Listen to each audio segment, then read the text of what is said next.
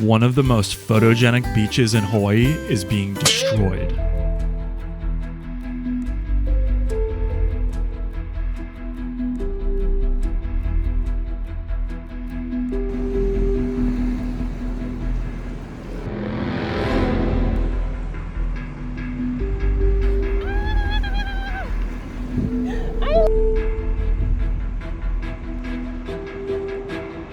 This isn't hyperbole, this isn't a temporary change. Road work is being done in a particular area that will cause permanent damage to the beach, and the sand and trees may never return.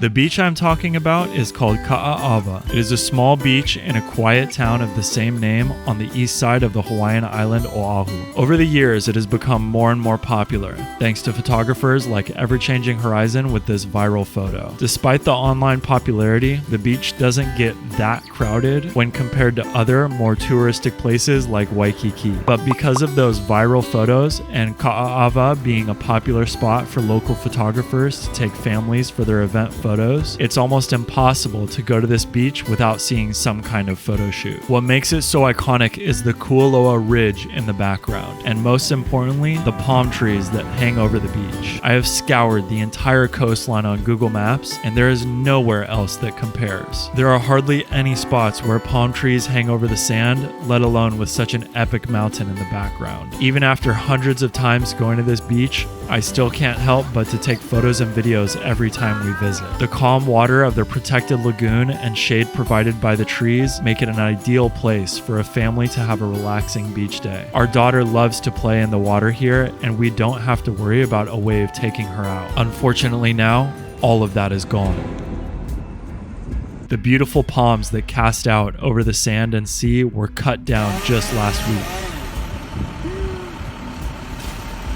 And all of the other smaller shady trees were removed as well. What's left is a bare beach that can hardly be recognized when driving by, and feels like a wasteland when standing on the sand.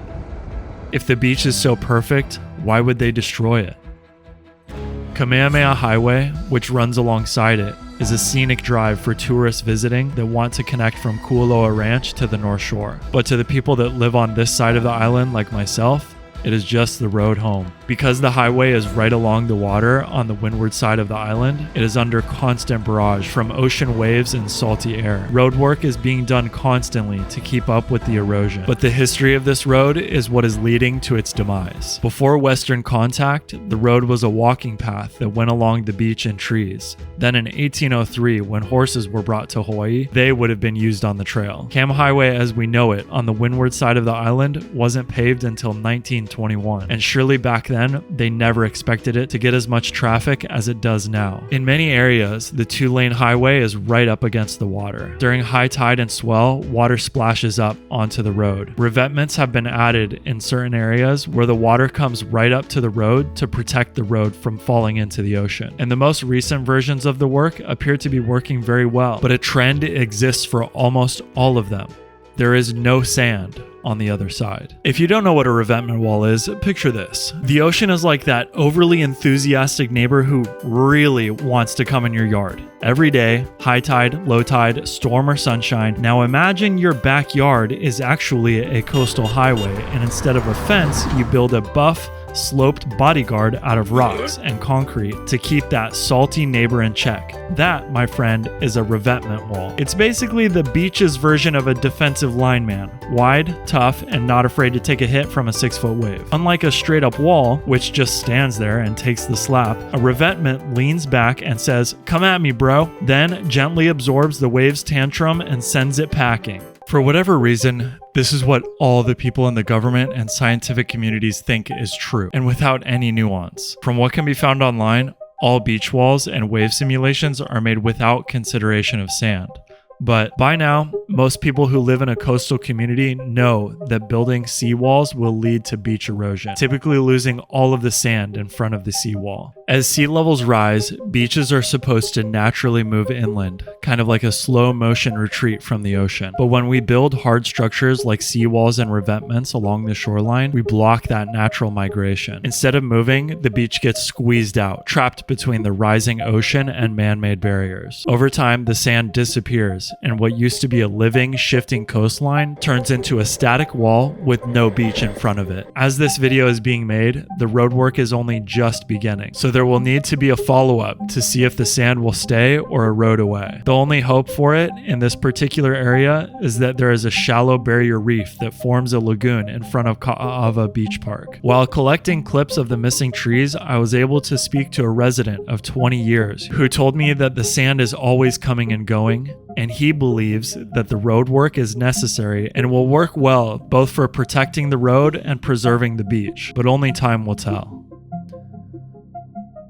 I was able to find the work proposal for the permitting required to start the project, and it says that they'll be putting natural-looking rocks for over 400 feet of beach. I agree it will match the rest of the coastline, but that's just because so much of the rest of the coastline looks just as unnatural because of all the rocks. It also says that it won't have an environmental impact, but how can they say that after removing trees that have been growing there for over 100 years? The sand and the plants that grow in it are all part of the coastal ecosystem, and replacing them with a pile of rocks will undeniably have an impact on the sea life in the shallow water nearby. One of the most interesting parts about all of this is that so few people are talking about it. The Facebook groups we use to get updated on local happenings didn't talk about much of it until we saw trees getting cut down. There were never signs at the beach that the trees had an expiration date, and even now, while the once beautiful beach is stripped bare, we don't see any fuss. We're left in complete mystery as to how long all of this work is going to take, and we can only hope that at the end of it all, they replace what they removed. So I'm hoping at the very least that people will be aware of what's happening, and that if the sand and palm trees end up never coming back, we remember for the next time that the city plans to make improvements without considering all the factors and hold them accountable for what they did to the beach and not let them do it again.